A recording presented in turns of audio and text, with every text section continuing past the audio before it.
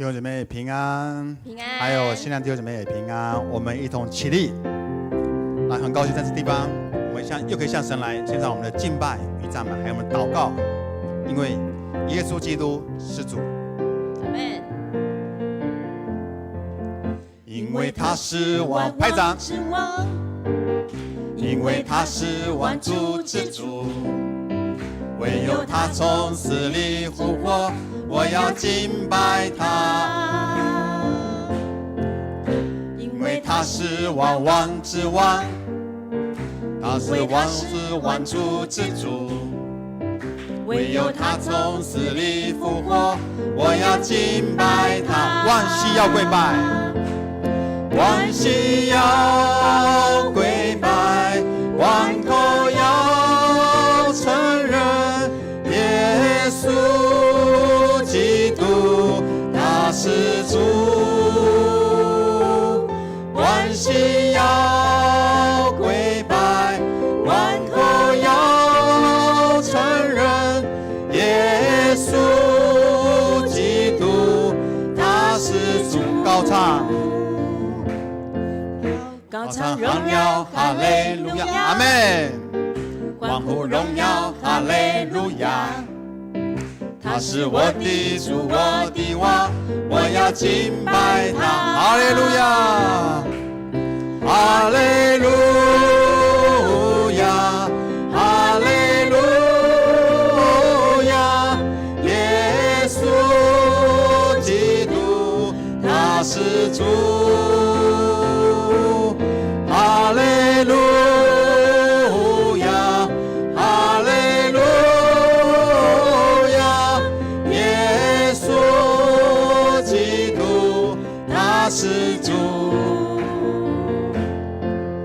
因为他是万之王，阿们。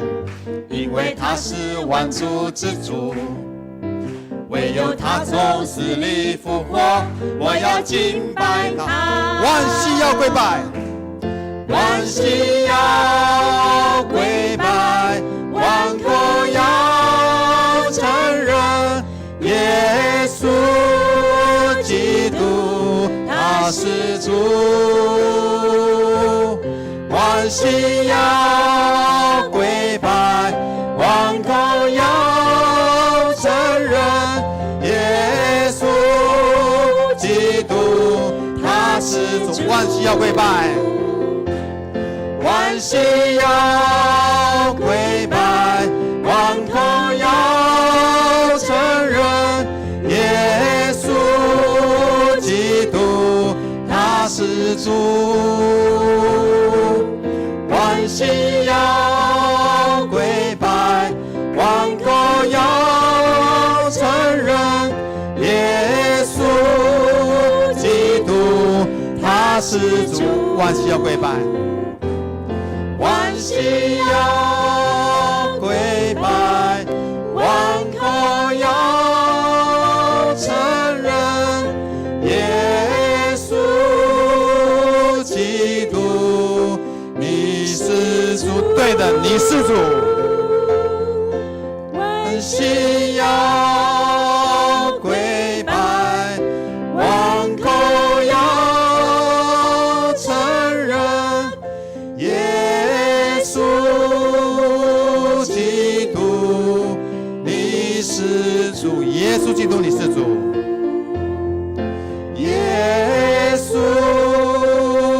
基督你是主。拍掌，将一切荣耀归给我们的耶稣基督。我们依然站立。是的，你的救恩，主，我们需要你的救恩，我们需要你救赎。今天不论在现场弟兄姐妹，或在线上弟兄姐妹，或不能来弟兄姐妹，都需要你的救恩，都需要你的释放。主啊，带领我们今天晚上来你的圣殿，向上敬拜赞美的时候，你就来施你的大恩跟大能，来拯救我们，来医治我们，来释放我们。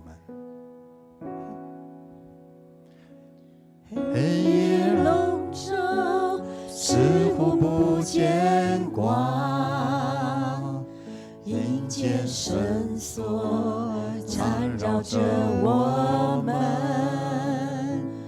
求你睁眼看，侧听祷告，你百姓在这里祈求。黑夜笼罩，黑夜笼罩，似乎不见光，阴间绳索缠绕着我们。求你睁眼看，侧听祷告，你百姓在这里祈求。你的信实，你的信实是我们盼望，你的应许黑暗中曙光。你必睁眼看，侧听祷告，这百姓是你所爱的。急难之中，急难之中，我们会转向你，你是主，承认你是主。求你转意，求你转意，不发你的烈怒，你是主，你是救我们的主。求你医治，求你医治，求你怜悯，求你兴起，仇敌就退去。我们呼求阿爸天父，你的救恩临急难之中，急难之中，我们会转向你，你是主，承认你是主。阿们。求你转意，不发你的烈怒，你是主，你是救我们的主。求你医治，求你医治，求你怜悯，求你兴起，仇敌就退去。我们呼求阿爸天父，你的救恩并降临这。求你医治，求你医治，求你怜悯，求你兴起，仇敌就退去。我们呼求阿爸天父，你的救恩并降临。再一次宣告，求你医治，求你医治，求你怜悯，求你兴起，仇敌就退去。我们呼求阿爸天父，你的救恩并降临着。你的救恩，你的救恩并降临这地。你的救恩，你的救恩并降临这地。我们低头祷告。主耶稣，你是我们的主，也是全能医治者。不论我们昔日经历的创伤，或者现在身体上的经历病痛，或觉得背负劳苦重担，主啊，我们都需要你的释放和医治。我将今天祷告会所有的代祷事项，求主来侧耳垂听我们的祷告，愿主的荣耀被彰显，愿主的名被高举，愿这些颂赞荣耀都归给你。我们同心合一的祷告，是靠战胜一切罪恶、死亡、权势的耶稣基督的圣名祈求，阿们。请坐。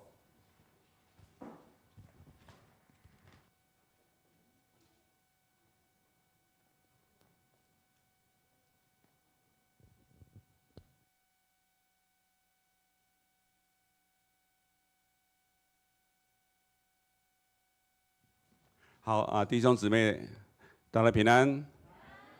啊，线上的弟兄姊妹也大家平安哈。啊，今天呢，经文非常简单，只有一节哈，只有一节，也都我们很熟悉的哈。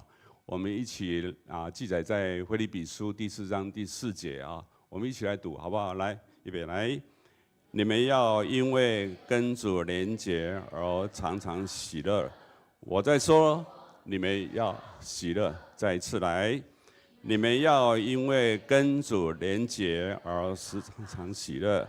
我在说，你们要喜乐。好因为只有短短的15分钟哈每周的新眼光呢这一周的主题就是靠主喜乐。后面还有一句，待人要谦让，待人谦让哈刚刚我们读了圣经章节里面呢。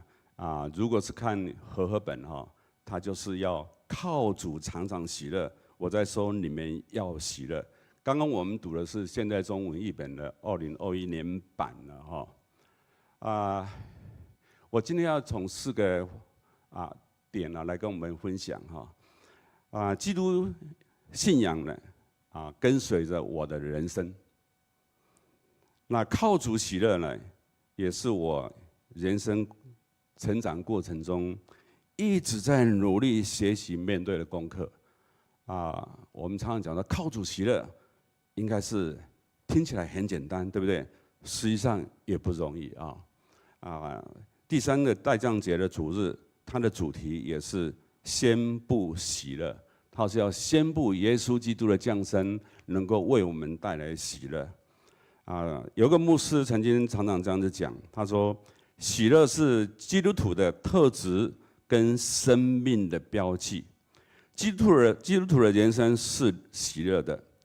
有位牧师也更这么讲如果我们的信仰不是喜乐的，那这样天堂就对我们没有什么意义了我们知道写这一首圣经章节腓立比书是保罗写的，对不对？那时候保罗在哪边写了这封信？是在监狱里面。保罗这封书信，他是在监狱的书信，写给腓立比人教会。当时保罗他保持了一种这种喜乐的心态我想换个环境，或许有人说换个环境就可以得到喜乐事实上呢保罗跟腓立比人教会的信徒，他讲得很清楚。除了要跟主连结，靠主常常才有办法喜乐。那我们就要想了，我们要怎么来靠主了？每周新眼光里面他没有讲到这个给我们答案。那我今天晚上我就用这4点来跟我们来分享，要怎么来靠主得喜乐这个秘诀第一个就是要跟我们来分享，要去数算恩典了有人讲说数算恩典为什么要数算恩典数算恩典为什么就可以得到喜乐数算恩典这边要跟我们分享2点。第一个，我们要往回来数算也就是说无论我们的环境如何呢，要先学习数算神的恩典。我们知道上帝给我们的恩典是数不完的恩典不数算的时候，我们常常就忘记了。恩典要常常去数算，不然就忘记了数完了之后呢，我想我们一定会快乐，一定会喜乐。那你不去数算恩典的时候呢或许你就会常常去数落别人，或者数算别人某某人为我怎样，某某人让我生气这个时候呢，你就会带来更多的埋怨，你就造成不喜乐不喜乐神的恩典有多少？慈爱有非常非常的多哈。我们知道哈上帝爱每一个人他创造了天地宇宙万物每一个人不管先跟共尔，不管喝狼拍狼，他都爱。第一个，我们身为基督徒特别他又赏赐给我们奇妙的救主耶稣当我们认识了这个救主耶稣，当我们受洗的那一刻的时候呢，内住的圣灵就进驻到我们心中这是第3个恩典最后呢他又赏赐给我们一本圣经了我们讲说这个是旷世不小的圣经甚至于到这个上帝把我们带进教会里面来。或许你说，哎呀，前面那几点真的是上帝给我们恩典，但带进教会的时候，好像又产生了许多的不完全，对不对事实上，每个教会，每一间教会都是不完全，因为我们本身就是不完全。当你一个不完全的人，你走进那家教会，你就是不完全，因为你本身就不完全所以我们感谢主上帝带我们进了这个教会，这个都是往回数算的恩典神的恩典呢慈爱又多为上帝给我们恩典，然后我们在享受这恩典的时候，事实上我们应该要去献上我们许多的感谢。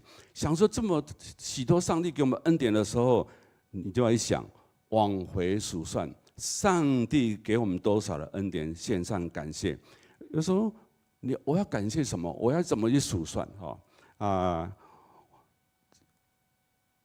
当我在数算的时候，我就想起到我的父母亲我有2对的父母亲，我的岳父岳母还有我的爸爸妈妈爸爸妈妈跟岳父岳母可以说虽然他们都已经离开了这个世间，但是呢，当我们认识我岳父岳母的时候，包括父母对我从小的栽培，我是第2代的基督徒从小爸爸妈妈就用圣经话语来教导我们，来教导我，这样子栽培我让我不离开教会这样子含辛茹苦教养我的时候，我就想起我的父母亲对我恩典何其多呢？如果他不是用上帝的爱来爱我的时候，或许我今天也没办法站在这边。当我结婚认识我太太洪娇的时阵，哇，我那个岳父岳母更是对我百般的好所以我在想说，想到我的岳父岳母，想到我的父母亲的时候，有时候心中里面就燃起了那一股的热忱，眼泪就掉下来。每一个人，当你去数算恩典的时候，你先数算到你的父母给你的多少爱，那个一定是天父上帝透过父母给我们爱，不是吗？其次呢，我也要想到上帝给我一个很好的太太。我的太太我们在教会认识的如果这几10年来没有我那个老婆太太在家里面帮我照顾小孩，没有她来帮我所有这些的前后后的事情，我也没办法很安心的在公司上班，然后在教会服侍，不是吗？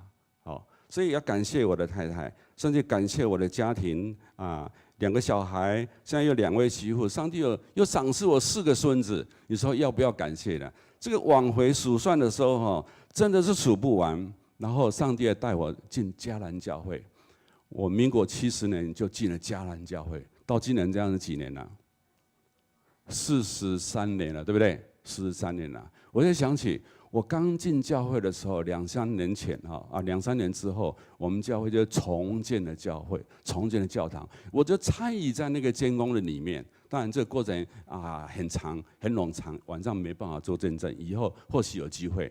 带进这个教会之后，几10年来历任了几任的牧师的团队，对不对？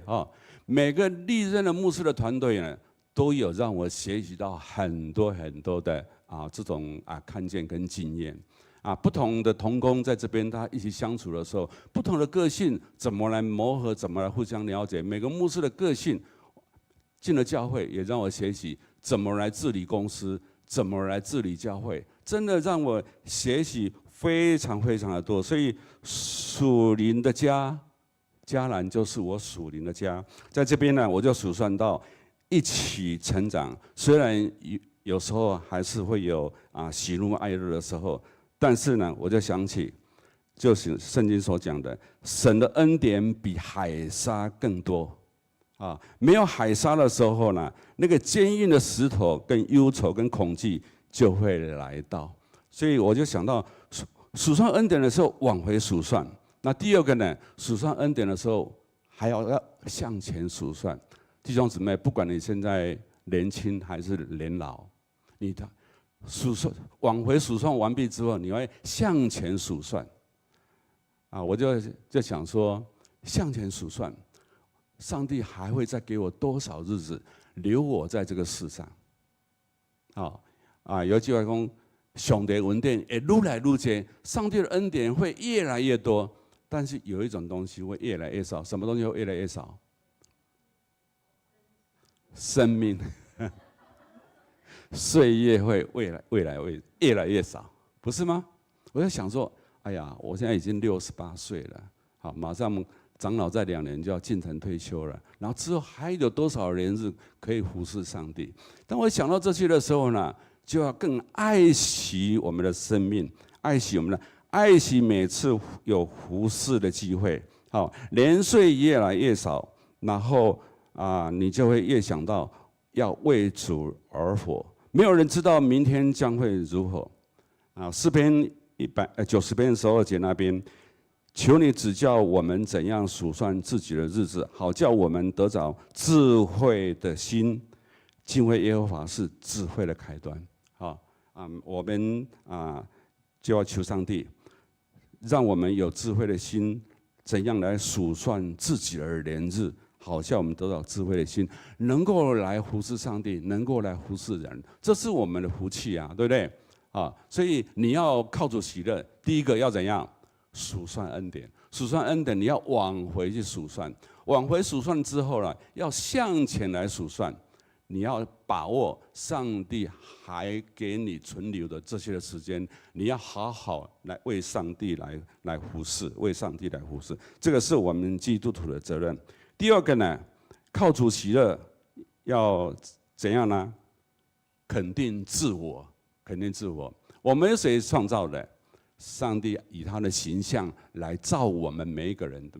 所以我曾经听过有人讲说给人骂袂使给人骂讲你不是人啦。有人说你不是人，还比猪狗还不如，对不对？讲这句话的人真的是在亵渎上帝，对不对？上帝造人每一个人都是好的，对不对？只是恩赐条件不一样。所以每个人要肯定自我很多的时候不喜乐的原因就是自己没有去肯定自己。我们是上帝所创造的，是何等的尊贵、独特、不一样。我们不要去羡慕别人责任发挥不同的功能，只要你把上帝给你的恩赐，你好好发挥，不要去跟人家比较了，不要去跟人家比较所以有一句话，小句有一句话讲，人比人其实人比不完啦，人比人气死人比不完啦所以要学习看重神所创造给你的。当有一天我们离开这个世间的时候，上帝会不会问你说，你为什么没有像摩西？上帝也不会问你说，你为什么不会像大卫？上帝只会问你，我给你所有的年日的时候，你为我做了些什么，不是吗？你为我服侍了什么？这是上帝问我们的。所以我在这边也鼓励大家靠主喜乐，我们要肯定自我，肯定自我成功是什么？成功是不要跟人家比是跟你自己来比较。今天跟你的昨天来比较就好了。你今天只要比昨天进步，就是成功。肯定自我不要去跟人家比。这个是靠主喜乐的第二个秘诀第三个呢，就学习跟别人分享了学习跟别人分享，就学习你要学习付出给别人，大家拢知啊学习与人来分享。圣经里面讲说，活水的生命是要怎样？有进有出，但是呢，人的心永远不会满足不会因为所拥有的就来满足就来喜乐，不是我们知道以色列内海有2个海嘛，对不对？有一个什么海？加利利海，还有一个是死海嘛，对不对哈？他们的源头都是从约旦河下来，对不对？从但来流出嘛，对不对？但是这2条河截然的命运是不一样，为什么？加利利海它是有活命、有进有出的一条河，所以它两岸呢这个生物呢、植物呢长得非常茂盛，给人带来非常非常许多的这种享受带来许多非常棒的但是死海呢，因为有进只有进没有出够咸够吵就连人厌弃了。这个也就是说，他没有去跟人家分享我们教会现在中午有一个，我就想到我们教会有个茶经班嘛，对不对？喝茶有没有？温故都在泡茶基督徒的人生就要像一只茶壶茶壶怎样？要冲泡茶给大家来喝嘛当你冲泡的时候，冲泡完的时候，一定要跟人家来分享，对不对？大家来分享这个茶的美味。所以基督徒呢就好像你要成为那个，也要成为那个茶叶茶叶我们讲说喜乐的基督徒的人生也有那个什么圣灵所结的果子啦。圣灵所结的果子有几颗9颗嘛仁爱、喜乐、和平忍耐，还有什么恩慈、真实，还有节制、良善、信实对，温柔还有温柔9粒。这个茶叶，如果你是有那9粒果子的香味的时候，又透过这样泡出来给别人喝的时候，这个茶有人就喝里面，对不对如果是的茶叶不是有这种圣灵的果子的香味的时候，泡出来茶也没办法喝，人家喝了就不会享受基督徒的人生像这只茶壶的时候，有进有出，跟人家分享上帝的恩典一定更多的给你。你地国愈大基，你的腹肚愈大坑的时候，你地那个宰相肚里可撑船的是安尼嘛，容量大嘛你的恩典就多。当你承受恩典更多的时候呢，你要分享给别人的时候就更多我们讲说施比受更为有福嘛，圣经里面讲施比受更为有福。我们要给人家的时候是手心向下，对不对？什么时候我们手心向上向上帝承受恩典的时候，我们是双手向上，向上帝来承受恩典圣经上跟我们说，施比受更为有福向神手心向上付出给别人的时候，手心向下。当你跟人家来分享爱、分享福音的时候，带人信耶稣，满足喜乐的秘诀不是只有得着，而是要付出。当你带一个人来信耶稣的时候，当他在受洗那一刻的时候，请问各位，谁最快乐？带他来信耶稣的那个人最快乐，不是吗？我常之前我带的那个姐妹，当她在耶稣为她受洗的时候呢，我心中就很快乐。当你分享爱、分享福音给你的朋友的时候，当那个人来信主的时候，你就心里面就充满了喜乐，阿们吗？这个就是靠主喜乐的第3个原因，第3个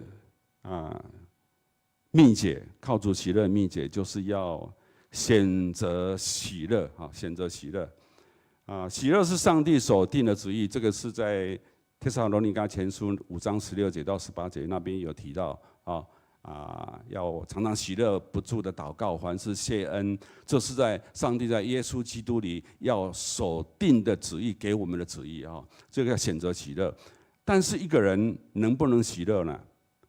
有时候人不会去选择喜乐，有时候人就是反而会去选择那个不喜乐的里面，很奇怪。所以这边就是说我们要靠主喜乐，一定要去选择喜乐，你不能放弃喜乐。选择喜乐是给我们带来今天的新眼光里面也提到了，能够为我们带来力量。箴言17章22节，喜乐的心乃是良药，忧伤的灵使骨头枯干但是我们却常常是背着怎样？背着不满啦、牢骚啦、抱怨啦、苦闷啦、负面这些情绪呢，我们心中里面充满了这些的垃圾，填满在我们心中。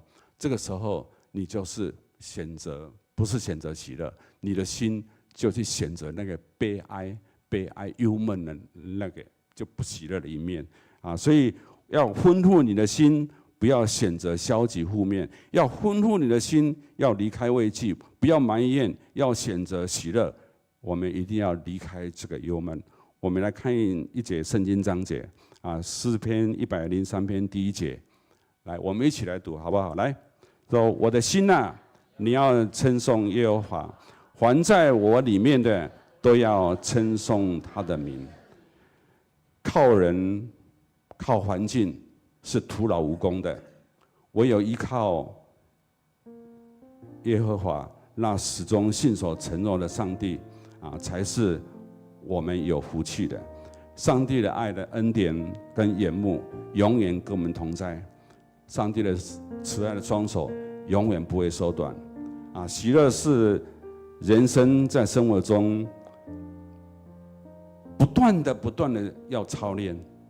眼目我们不要被现实的环境来所困。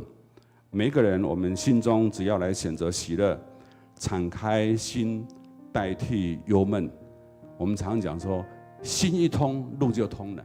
如果你的心不通，你的路就走不来，就走不通。保罗亲自来体会，唯有跟主连结而得的喜乐，才能稳当又妥当的来持久。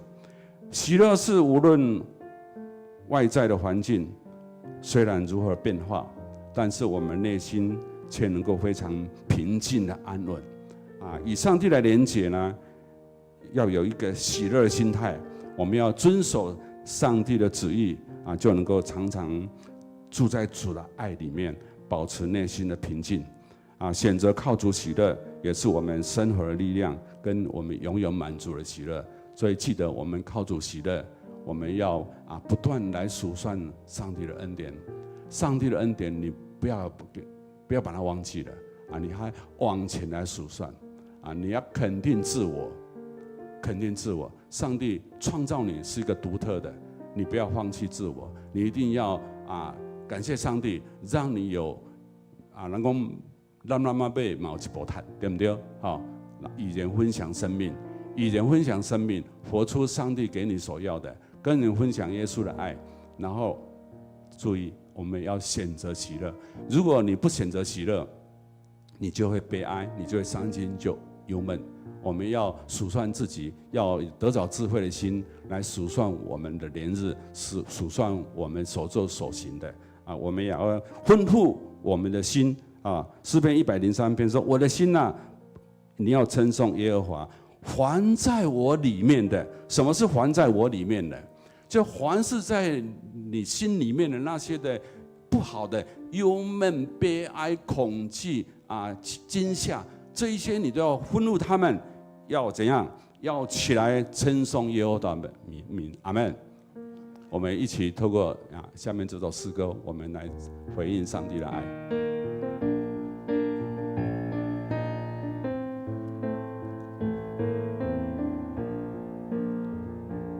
我在这是因你恩典，我在这是因你慈爱。主耶稣，我如此感恩，都因你丰盛恩典。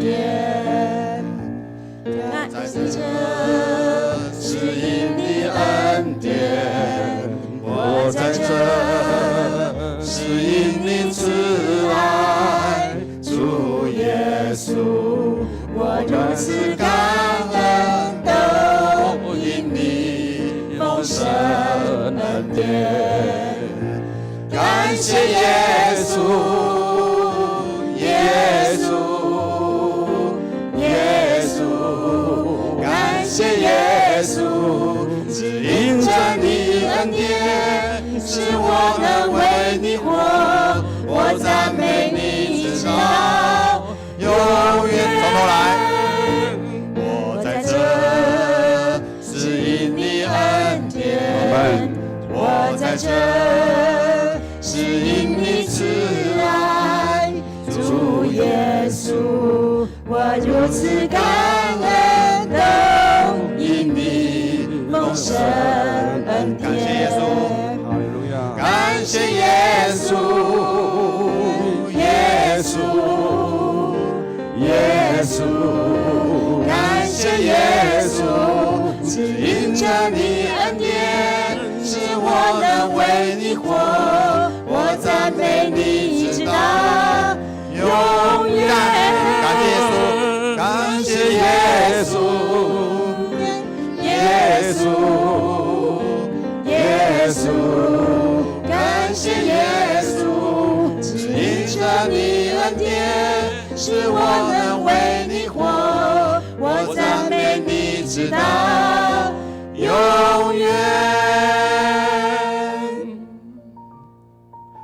慈爱的天父上帝，感谢你，因着你丰富的恩典，爱我们，关心我们。你是信实慈爱的上帝，你为我们的爱永不改变。主啊，有时候我们因为挫败、失落，常常有的经验，导致于我们忽略所拥有的一切而不喜的。主啊，我们应该数算一下，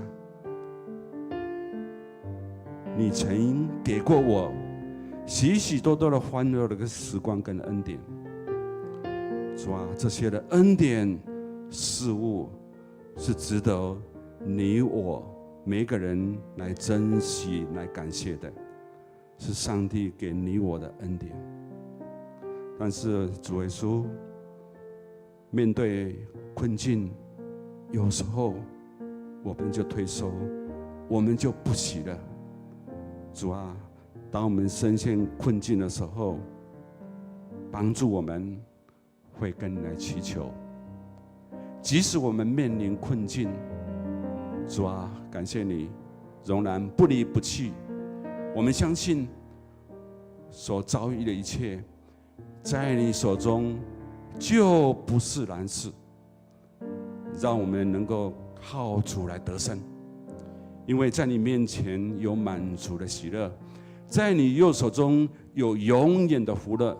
因此，我们要时时跟主你来连结，把一切挂虑借着祷告全部交托给你，好让我们心里拥有满足的喜乐，把握每一天为你来活，把握生命的短暂，直到永永远远，我们都要赞美你的名。祷告奉耶稣基督的名，阿们。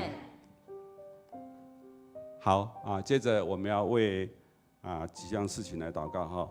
首先，我们为世界国家跟社会来祷告。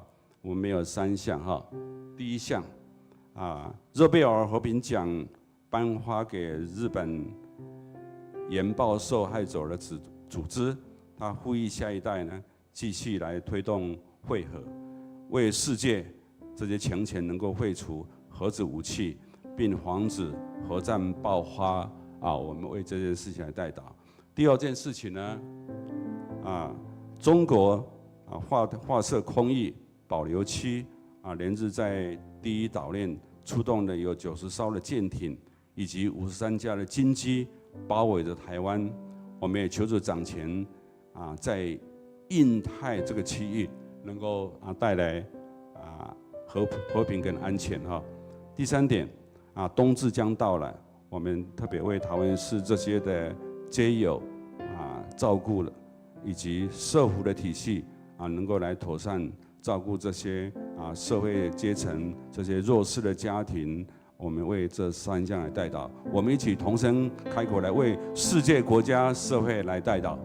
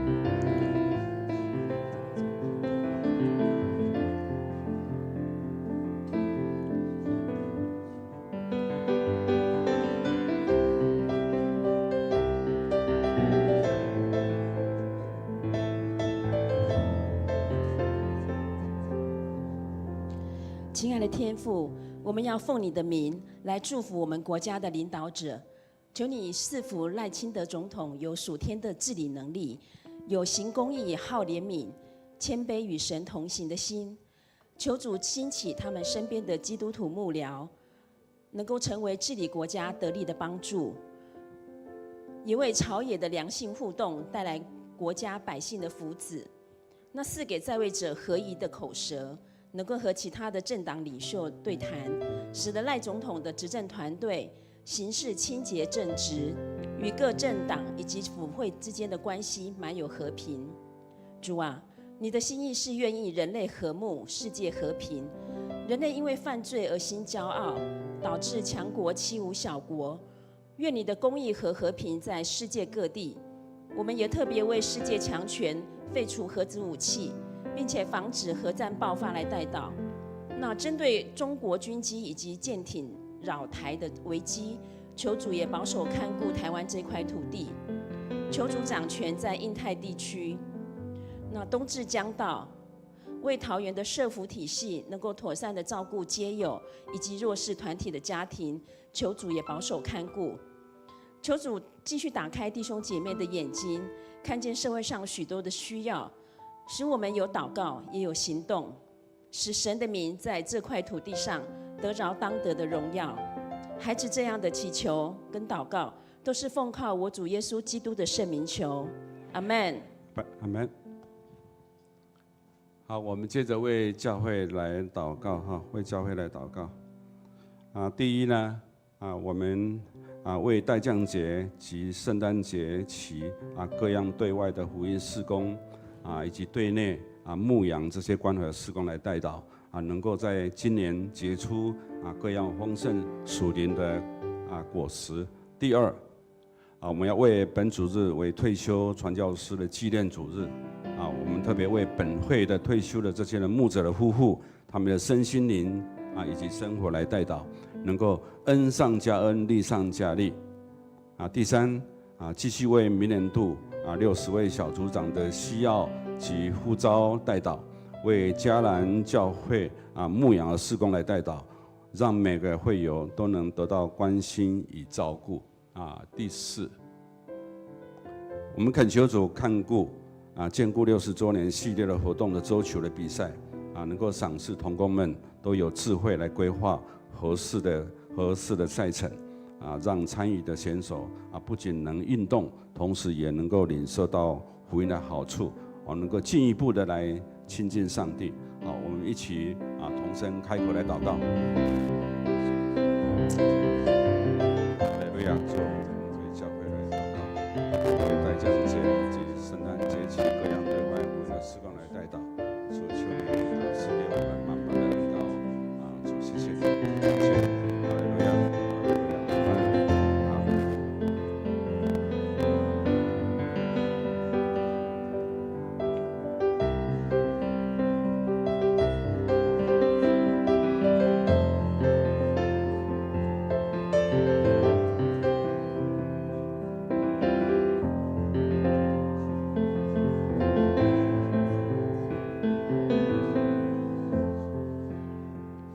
我们在天上的父，我们同心合意，在基督的身体里合一，祝福我们全教会的每一位弟兄姐妹，在灵里有更深的突破。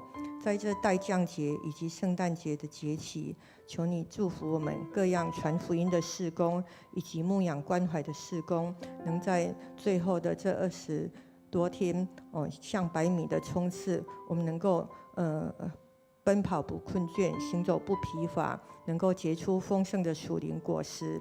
我们的神求你为着你的国度，为着你的主权，为着你的荣耀，求你使用我们，翻转我们，将得救的灵魂天天加给我们。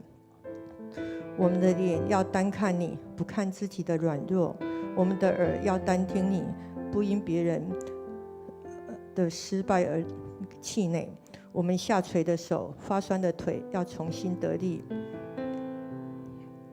再来的礼拜日是退休传教师的纪念主日，求你祝福每一位退休的传教师，祝福他们的身心灵，祝福他们每一天的生活，恩上加恩，利上加利，祝福他们这一生传道所结的果子都能够长存，也祝福礼拜天郑牧师的讲道，使讲的人听的人同得益处。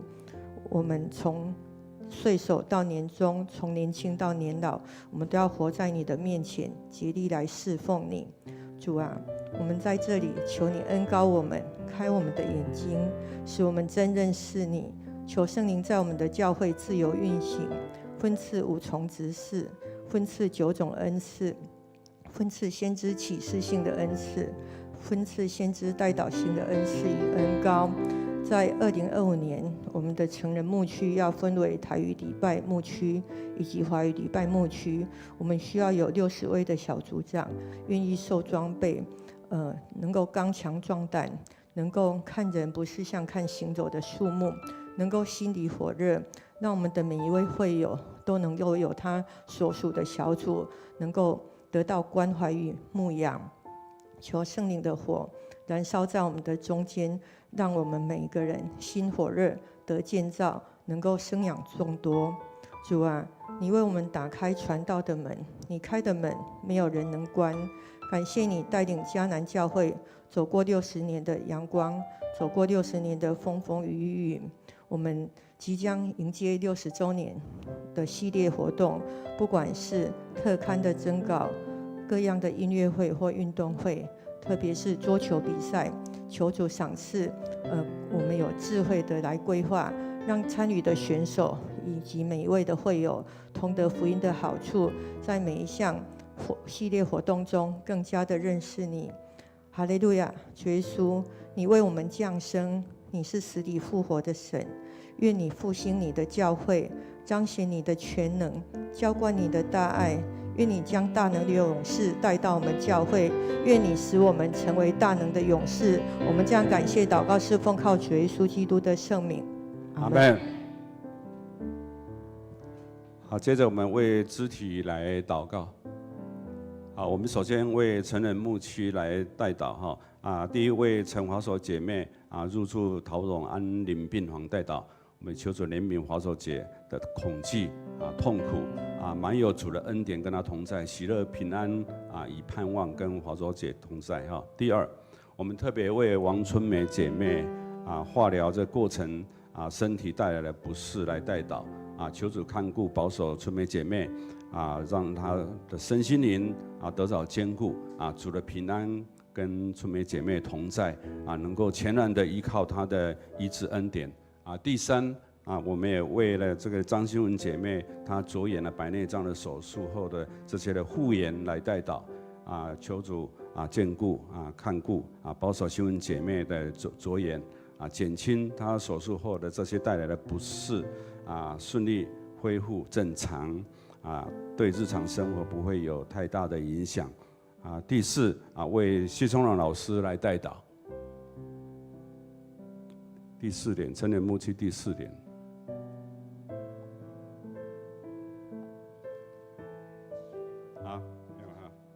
好，刚好我这边有为谢松朗老师来代祷他因为肾脏发炎目前在部立的桃园医院就医治疗中求主来看顾保守谢老师的身体，有主的恩典同在得早医治。好，我们首先为成人牧区华手姐妹、春梅姐妹、新文姐妹、松朗老师，我们为这4点，为这4位姐妹来代祷。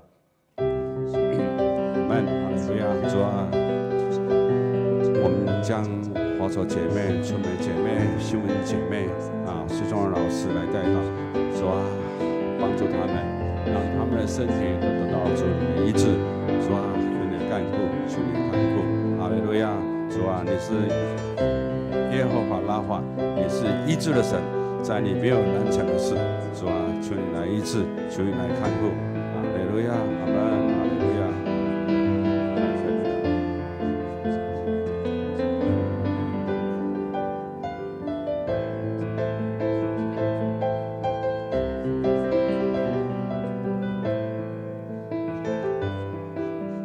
好接着我们为青年牧区来代祷哈，青年牧区青年牧区有2样的代祷事项。第一为圣诞节的晚会的练习的彩排求主帮助我他们在服事上尽心尽力来荣耀神第二点呢，为新旧年度的这个事工的交替同工的服事转换以及提交报告都有很好的执行力。好，我们开口同声为青年牧区来祷告。哈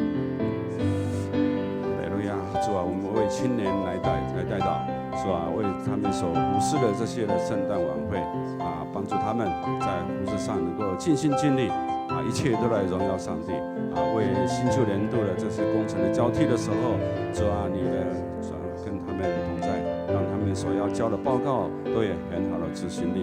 哈利路亚，主谢谢你，谢谢你，哈利路亚，哈利路亚。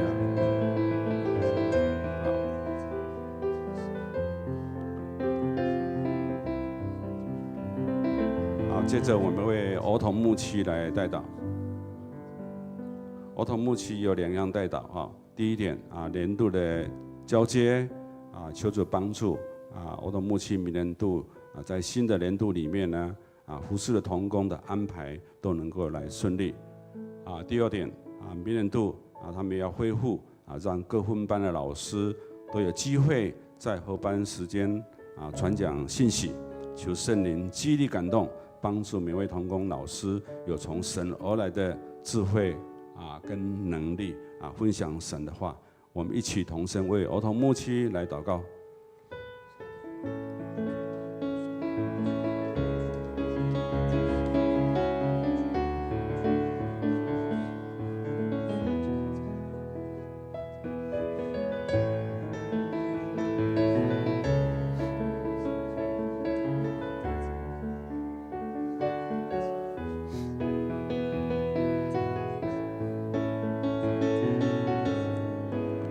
天父上帝，你说，当我们祷告，无论求什么，只要信，就必得着。主在我们肢体中，陈华所姐妹、王春梅姐妹、张新文姐妹、谢松的老师，主他们身体上的病痛，求你来怜悯，来医治、眷顾他们。主，你也知道教会中你每位儿女的任何的需要，你也清楚每位儿女的难处。求主你让每位儿女都知道，当来依靠、仰望你，来寻求连结遗嘱，将一切忧伤、愁烦、病痛都交托给你。不管是大病、大事，或是小病小事，主在你都没有难成的事。我们确信你的作为奇妙，超乎我们的想象，在人看为不可能的，但是在上帝，你必要施行奇事，在你没有难成的事。主，我们要祝福教会中的每位青年学生，在他们服事的每样事工上面，都能够尽心尽力来荣耀神。你的话语成为每位青年生命中的引导跟保护，每位青年每天因着读经，更多的来认识你，更加的来依靠你，来投靠主全能者的膀臂之下。上主，你成为迦南教会每位青年，成为他们的盾牌，成为他们的力量。我们要为儿童牧区年度的交接、服事的同工的安排都能够顺利，特别为每位老师来献上祷告，求主你的圣灵赏赐智慧与能力，来分享神的话语。每位老师能够来帮助每位儿童，在他们的成长当中来认识上帝，装备每位儿童，来成就你对每位儿童生命中的计划，也教导每位儿童学习来依靠你，使他们成为寻求你的人。主啊，谢谢你，今天晚上祷告会跟我们同在，祷告奉耶稣基督的名，阿们。来，我们用起立，排长，兄弟，你是要白白给咱，只要你相信就要得到。上帝的恩典是要白白予人，只要你相信就要得到。因为人心内若要相信，就要亲做伊。你若嘴内信任伊的，就要得到救。上帝的恩典是要白白予人，只要你相信就要得到。因为人心内若要相信，就要亲做伊。你若嘴内信任伊的，就要得到救。上帝的恩典是要白白予人，只要你相信就要得到。上帝的恩典是要白白予人，只要你相信就要得到。上帝的恩典是要白白予人，只要你相信就要得到。因为人心内若要相信，就要亲做伊。你来嘴内信任伊的，就要得到救。上帝的恩典是要白白予人，只要你相信就要得到。因为人心内若要相信，就要亲做伊。你来嘴内信任伊的，就要得到救。上帝的恩典是要白白予人，只要你相信就要得到。只要你相信就要得到。只要你相信就要得到。拍掌，感谢主，我们一起来祷告。亲爱的天父上帝，感谢你告诉我们要常常喜乐，因为要能够因与主连结而感到喜乐。主啊，愿你把这份的喜乐今天晚上赏赐给我们每一位弟兄姐妹，也能够把这份喜乐带到我们家中，与我们的家人来分享。在接下来这个礼拜当中，我们继续在喜乐当中与主同行，在喜乐当中看见上帝与我们同在。我们要同用主所教导我们的主祷文一起来祷告。我们在天上的父，愿人都尊你的名为圣。愿你的国降临，愿你的旨意行在地上，如同行在天上。我们日用的饮食，今日赐给我们，免我们的债，如同我们免了人的债，不叫我们遇见试探，救我们脱离凶恶。因为国度、权柄、荣耀，全是你的，直到永远。阿们。我们拍掌，把荣耀归给上帝。好，我们彼此请安，彼此祝福。好，万兄弟祝福大家，愿神祝福大家平安。